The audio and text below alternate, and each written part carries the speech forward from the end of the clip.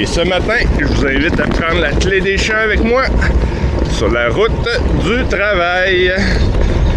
Mes petites randos, vélo boulot, ou comme diraient les Français, du vélo taf. Ce matin, je vous explique un peu le parallèle vélo boulot pour un travailleur de la construction comme moi qui se promène d'un chantier à l'autre ou d'un client à l'autre.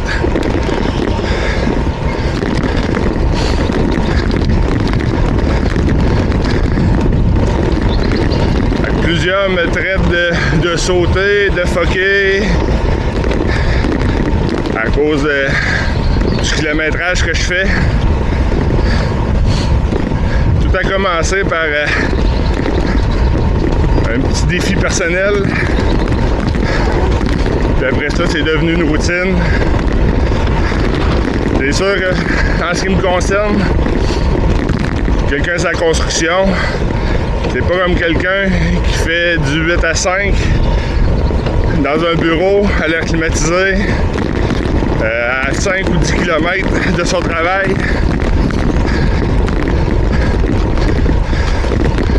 Moi, quand je suis chanceux, j'ai réussi à avoir une place à 30 km. Mais ce qui complique la chose aussi, c'est qu'il faut que je prévoie les bottes, le casque, l'outillage, le lunch. Fait que toutes des choses qu'il faut tenir compte dans ma situation. Puis en plus de ça, il faut que je pense la météo, la température, les canicules.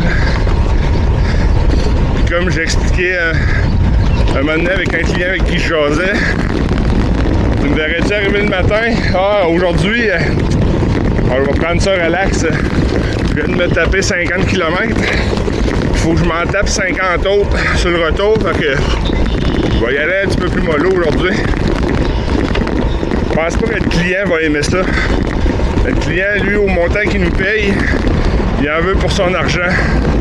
Fait que si je prends la décision de prendre le vélo, ben, en même temps, je prends la décision de donner le même rendement. Fait que faut que je compte. Le travail que je vais faire, c'est toute une situation à haute température qui va m'écraser à cause de la déshydratation. Même la température extérieure aussi, faut que j'en tienne compte. Fait que quand je décide d'aller prendre mon vélo, ben tout est calculé. Fait qu'habituellement, quand je réussis à avoir une place en dedans de 30 km, j'essaie de le faire 4 fois par semaine. Après ça, évidemment, je me suis donné le défi. C'est juste 50 km. On va l'essayer. Après l'avoir essayé, ben c'est devenu une routine. À 50 km, je me donne une limite d'au moins 2 fois par semaine. Puis même il y a 2 ans, j'étais sur un chantier, j'ai fait le trajet, ça me donnait 80 km. Bah, pourquoi pas une fois pour l'essayer? Je l'ai essayé. Ça a été tough parce que c'était 80 aller sans revenir. Parce que, évidemment, je choisis mes routes avec de façon d'être le plus sécuritaire possible.